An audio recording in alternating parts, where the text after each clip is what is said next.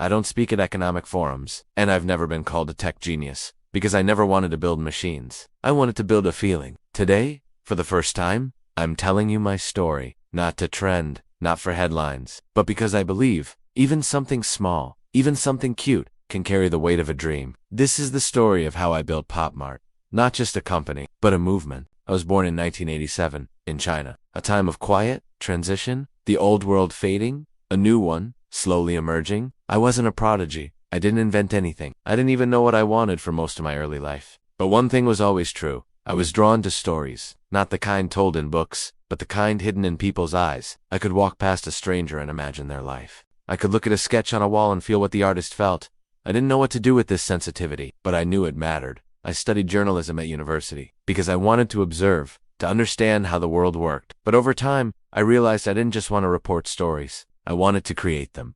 In my 20s, I wandered, like so many others. I worked in media sales, e-commerce. Every job paid the bills. None fed the soul. But then something happened. One day, I stumbled upon a designer toy store. Shelves filled with small figurines, colorful, expressive, quietly powerful. They weren't just toys. They were characters with personalities, with mystery. Some looked happy. Some looked lonely. Some looked like they were carrying a secret. And when I looked at them, I saw myself. That day I didn't just buy a toy. I bought a conviction. These are not just toys. They're emotions made physical. At that time, no one took the designer toy market seriously in China. It was niche, tiny, but I knew this was not a product. This was a cultural shift waiting to happen. In 2010, I started Pop Mart. No one understood it. Banks ignored me. Investors shrugged. Why would adults buy toys? They asked. I said nothing, because it wasn't about the toy.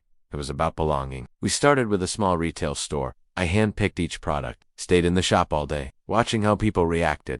And one thing kept happening. People smiled. Adults, children, strangers. When they picked up the figures, something softened in their face. That's when I realized we're not selling plastic.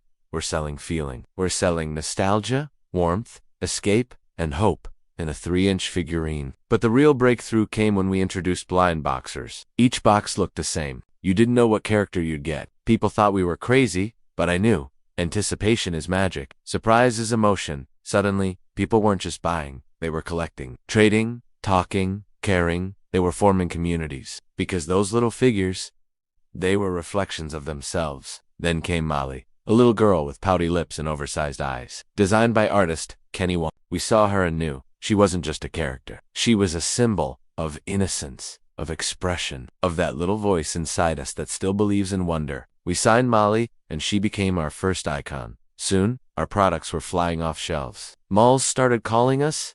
Fans queued for hours. Adults cried when they unboxed rare figures. People finally understood. This was real. We didn't stop at stores. We launched smart vending machines, Pop Mart, robo-shops, to make joy accessible anywhere, anytime. We collaborated with artists from across the globe, built a supply chain from scratch, launched creative festivals, built mobile apps, all for one purpose, to build a bridge between imagination and the everyday. In 2020, Pop Mart went public on the Hong Kong Stock Exchange, a company that started with toys, now valued at over 10 billion United States dollars. But what matters to me most is not the number. It's this. When I visit our stores quietly, I see strangers smiling again. A young woman opening a box and gasping with joy. A tired office worker choosing a figurine like it's a message from the universe. That's why I built Pop Mart.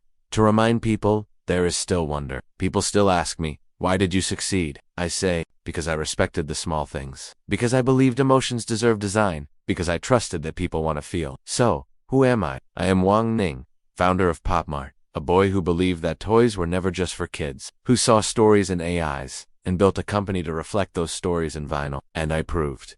You don't need to build rockets or write code to change lives. Sometimes, a small figure with big eyes can light up a world. Because in the end, when you build joy, you never go out of business.